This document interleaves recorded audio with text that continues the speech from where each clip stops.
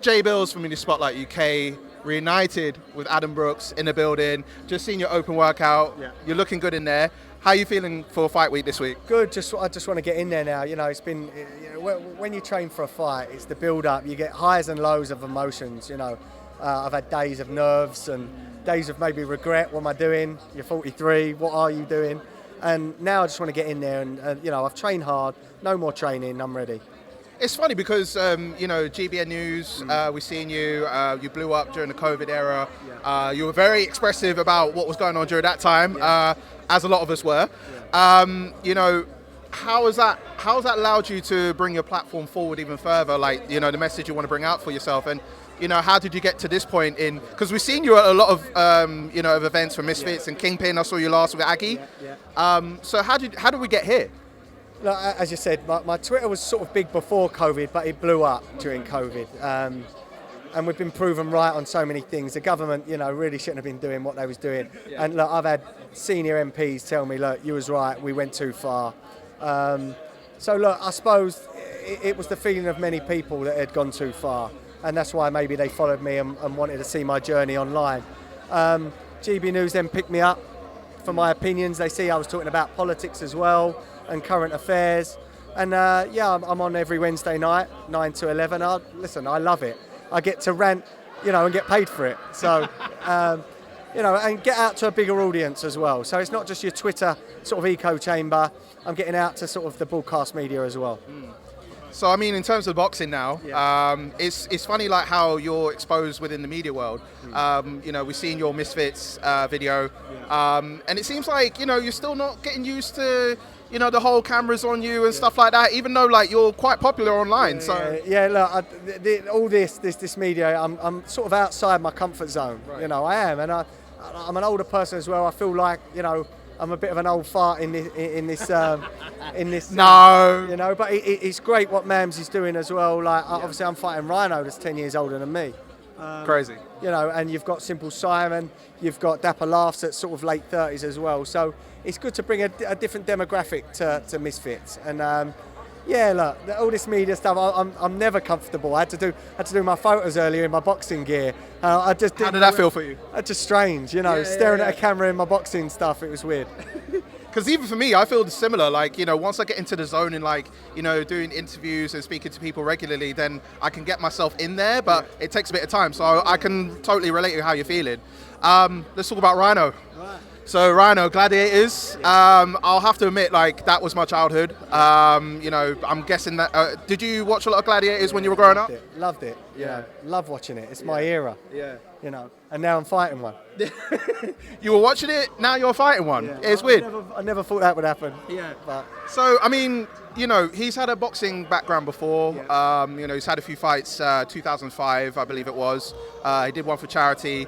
Fought the same opponent twice. Yeah. I don't know if he's done a lot of boxing since then, because I know he's been acting. Yeah. Have you seen a lot of what he's been doing as of late, and what do you make of him as a fighter? So look, I spoke to him on the Misfits online sort of face-off. Yes. He tells me he's had 4 fights, 4 KOs. Right.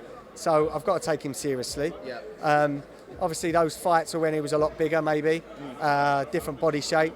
So I don't know what I'm going to get. I really don't. All I do know is that he's a tough man. We've got mutual friends. He's a tough man. He's a very, very fit man. And it's a 50, as Mam said, it's a 50-50. So hopefully, again, the best man wins on the night.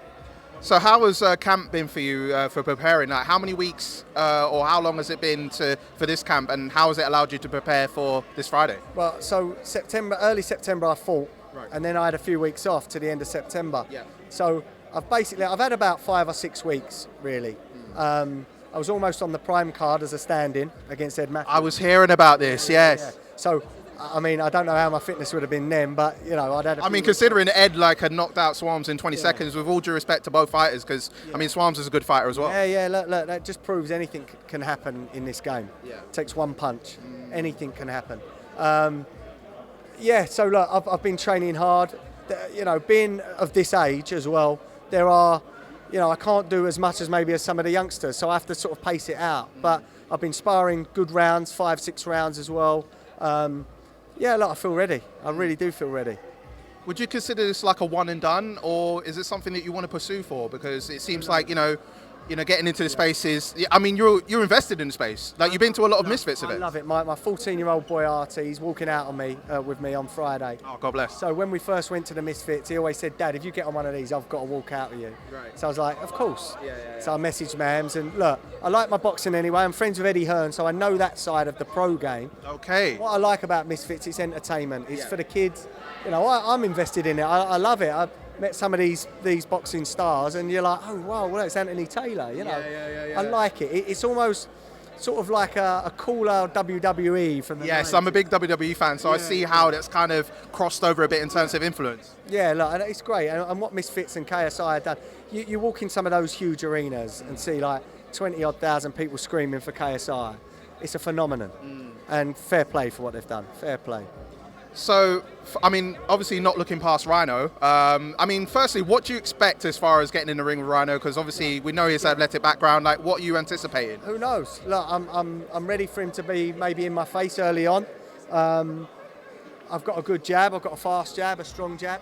So, I'm coming to box. I hope he is, because I'd like two older fellas to maybe show that it's not too late to start, or to maybe get good at boxing. We're not going to look like pros. No way, But some people are going to look and go, oh, what's he doing? But people that know boxing can see people that have tried to learn and got through it. And I think I've got enough. To beat him on Friday. But it's going to be a very hard night. And going forward then, like, obviously, again, not looking past Rhino, but should it be the case that you get the W over Rhino this Friday, is there anyone from the Misfits roster, like one that has impressed you throughout this journey, and then one who you'd like to step in the ring with? Well, OJ Rose is here. He called me out after Newcastle. Ooh. Tough. I mean, I expected him to get beat by Callum Izzard, and I put that online. I got that totally wrong. He is a strong, fit, big engine fighter, and he's very underrated, OJ Rose. And I like his journey. From a small creator, he's come up. Maybe it might be good for me to get another one before I fight him, but who knows? Look, I've told Mams I'll fight anyone. Let's get through Rhino first, and we'll evaluate. I want to enjoy it, Well, for someone to have watched Gladiators, to be in the ring with a Gladiator, I wish you all the best for this Friday and the journey going forward, because it seems that you're invested. Thank you. And can I just quickly? Of course you can. Yes. So knives down. Knives down. So let's talk about that. I just want to tell the kids out there, I've lost someone from to knife crime. It's not cool to carry a knife. You could take someone's life, you ruin their whole family, their friends' lives as well. Right? Put the knives down. You're only going to get yourself arrested. You're going to ruin so many people's lives, including your own. Stop it. Think it's not cool. It's not tough to carry a knife. Make this weekend the first weekend that you don't carry it. Let's do something good. And as said from the man himself, like, as I say, we need a more positive world. Do as the message says, knives down, make this a better place.